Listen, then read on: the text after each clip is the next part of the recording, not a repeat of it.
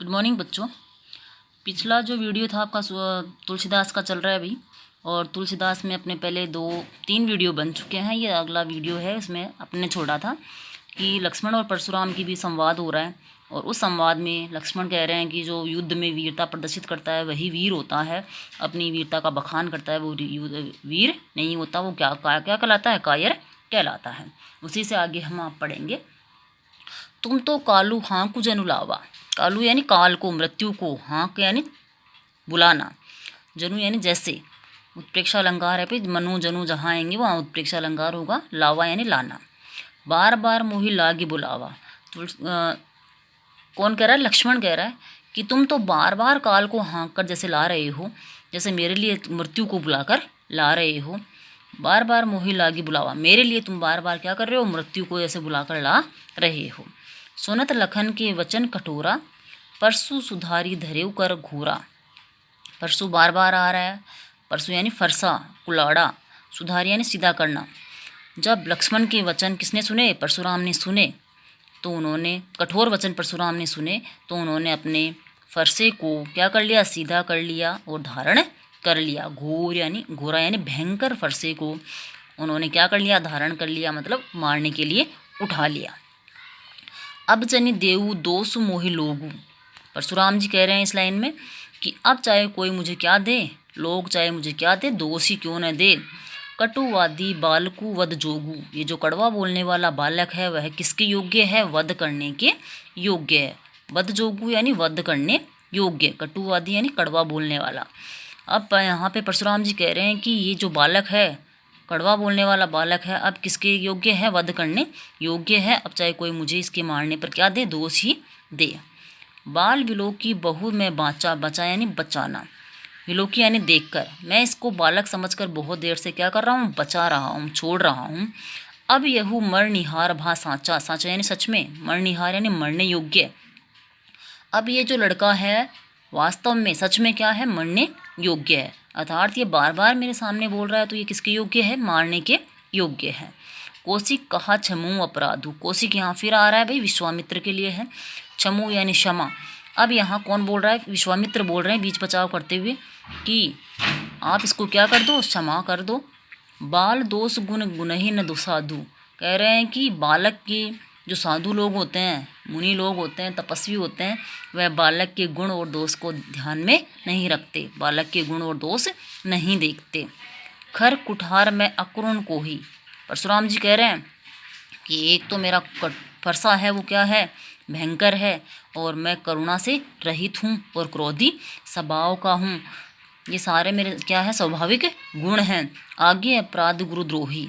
और ये जो फिर ऐसे स्वभाव वाले व्यक्ति के सामने ये क्या कर रहा है? ये बालक गुरु का विद्रोह कर रहा है, गुरु का सामना कर रहा है। उत्तर देत छोड़ू बिन मारे।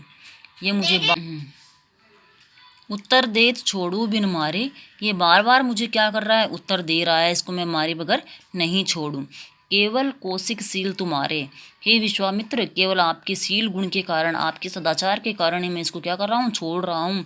नहीं तो ये मुझे बार बार क्या दे रहा है? उत्तर दे रहा है। मैं इसको मारे बगैर नहीं छोड़ता। न तय यही काटी कुठार कठोरा। नहीं तो मैं इसको क्या कर देता? कठोर कुठार से काट देता। गुरु ही उऋण होतउ श्रम थोरे। और गुरु के ऋण से थोड़े ही परिश्रम में क्या हो जाता? मुक्त हो जाता। गादी सुनु कह हृदय हंसी, मुनि ही हरई सूझ।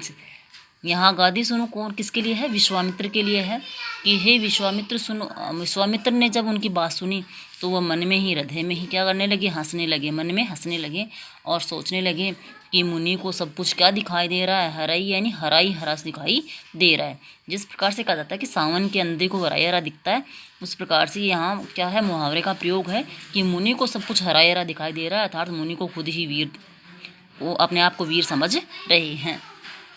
ए में खांड न ऊक में, अजहू न बूझ अबूझ। ए में यानी लोहे की, खांड यानी तलवार, ऊक यानी ऊक में यानी गन्ने की, कि यहाँ पर भी इनके सामने क्या है? लोहे की तलवार है, कोई गन्ने का तलवार नहीं है। ये वो जानकर भी क्या बन रहे हैं? अनजान बन रहे हैं। अर्थात कहने का मतलब है कि इनके सामने एक वीर योद्धा खड़ा है। परशुराम जी इस बात को जानते हैं, लेकिन फिर भी वह जानबूझकर क्या बन रहे हैं, अनजान बन रहे हैं। कहेउ लखन मुनि सील तुम्हारा, लक्ष्मण ने कहा कि हे मुनि, आपके सील को नहीं जान विदित संसारा, कि आपके सील गुण को इस संसार में कौन नहीं जानता। माता पिता ही उऋण भय नीके, नीके यानी अच्छे से, कि आप माता पिता के ऋण से तो क्या हो गए, अच्छे से मुक्त हो गए। गुरु ऋण रहा सोचु बढ़ जी के, और गुरु का ऋण आप पर क्या हो रहा है, बढ़ रहा है, और उसे चुकाने के लिए आप किस में पड़े हुए हो, सोच में पड़े हुए हो।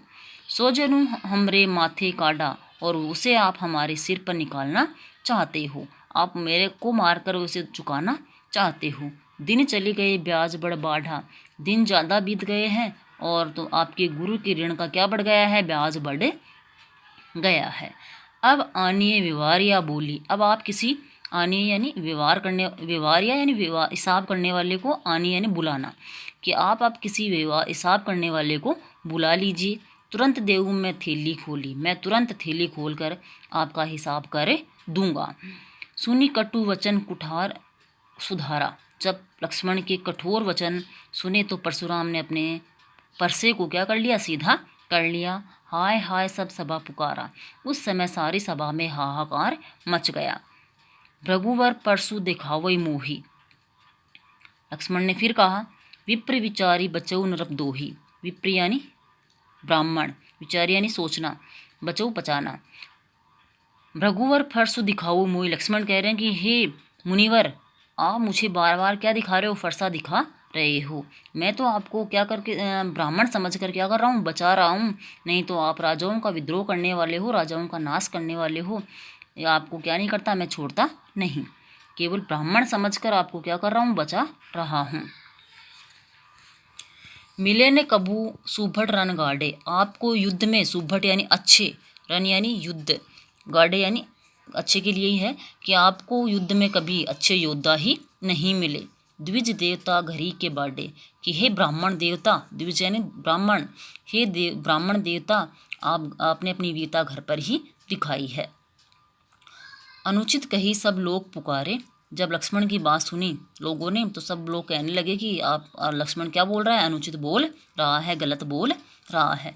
रघुपति सैनी लखनऊ नेवारे, तब लक्ष्मण को श्री राम ने इशारे, सैनी यानी इशारे से ही बोलने के लिए क्या किया, नेवारे यानी मना किया।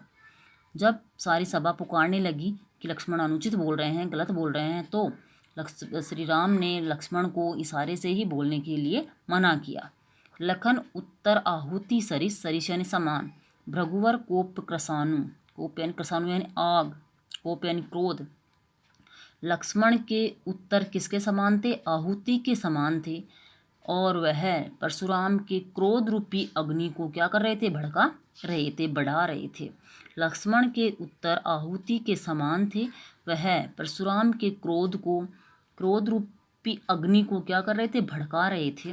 बढ़त देख जल सम वचन बोले रघुकुल भानु, जब बात को बढ़ते हुए देखा तो श्री राम ने किसके समान, जल के समान मृदुल वचन बोले। सूर्यवंशी, भानु यानी सूर्य, सूर्यवंशी रघुकुल वंशी श्री राम ने किसके समान वचन बोले, जल के समान शीतल वचन बोले। इस प्रकार आपका जो लक्ष्मण परशुराम संवाद वाला चैप्टर तुलसीदास है वो कंप्लीट पूरा हुआ। इसका विशेष आप लोग देख लो।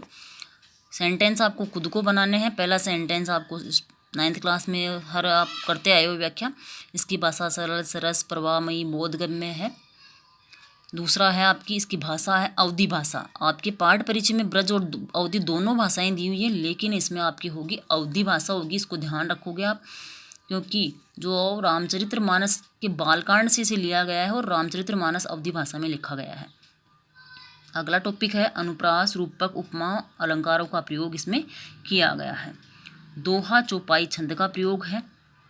वीर रस और रौद्र रस है। वीर यानी यहाँ वीरता का, रौद्र यानी गुस्से का प्रयोग यहाँ हुआ है, इसलिए वीर रस और रौद्र रस का प्रयोग है।